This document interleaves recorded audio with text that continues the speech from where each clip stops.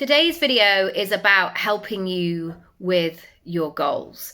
And I'm going under the surface today because we are now in a time where you can Google how to create a vision board. You've seen it. You've seen enough of those things.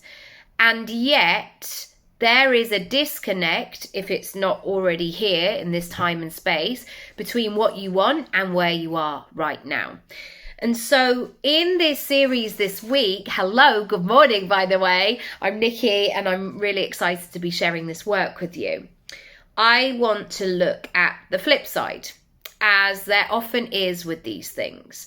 And I'm not saying that it's not going to be fun and uplifting, but what I'm going to do is to get the energy moving around, really look at what's happening, what's not going on. Because otherwise, if we just say, just keep going for the goals, just keep writing more down, get clearer, get clearer, get clearer, we actually are not doing the work. We need to understand what's happening underneath the surface. Why is it not happening? What do we need to clear? What do we need to understand? What's blocking or stopping this motion? And so let's use it in terms of setting goals, maybe for the month ahead, or maybe for the quarter, for the year, for the week, however you like to do this. So that moment where you sit down and you go, right, I'm gonna think about what I want, and I need to make a plan, and I'm gonna do that right now. The first thing I want you to tune in with is, what is your natural instinct? What is the first thing that you do? Are you a vision person? Do you write a list? Do you write loads of ideas and see what comes to mind? I want you to become really familiar with what you usually do and almost step back from it and not give it any sort of shame or guilt or like, that's a bit weird. Just observe, just look at it. So sometimes what you might find is you might write random things down like make 10K this month, but it stops there. There's never any detail on the ideas. And if there's never any detail, it can be really difficult to move forward. The second thing that I want you to notice is what then happens in the story. So from you planning the goals, what happens the next day? What happens a week later? What happens 3 weeks later? What happens is that at the end of the time that you've set, so this sort of timeline that you've had for yourself, what happens when you get the goal, but equally when you don't?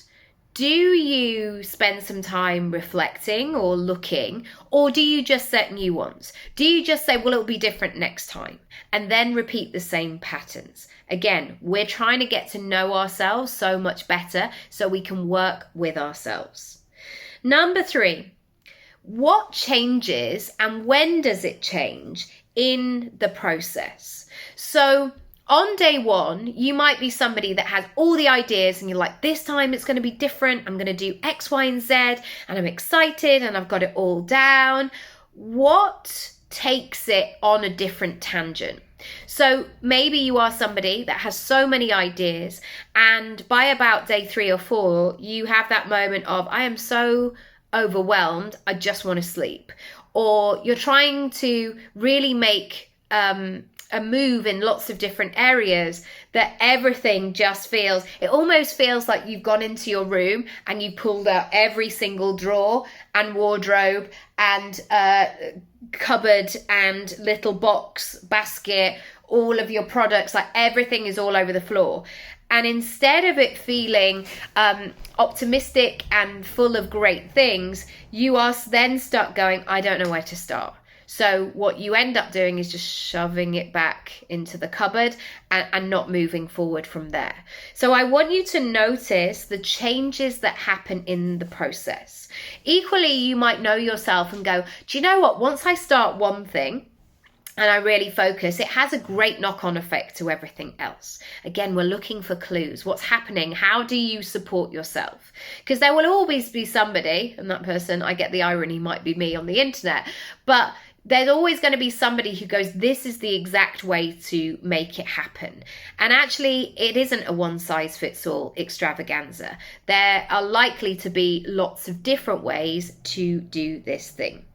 Number 4, what happens to your head? What recurring old stories, limiting beliefs, gnarly behavior, self-sabotaging, you can't do this, maybe you outsource all the information to everybody else to see what everybody else thinks, and then suddenly you go to the situation in your head where you're like, this is too hard, I can't do this, maybe this is not meant for me, etc., etc., etc.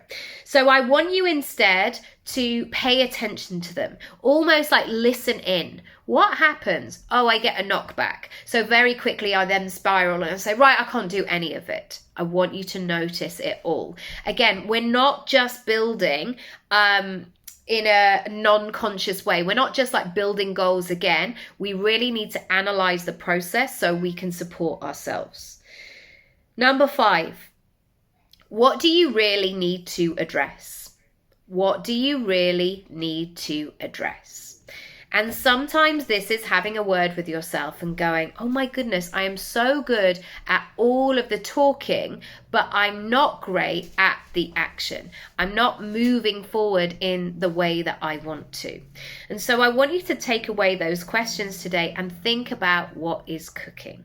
Thank you so much for watching. If you would like more help with goal setting, go over to nickyraby.com/goal setting, and I will be back tomorrow for the money one. Lots of love. Bye.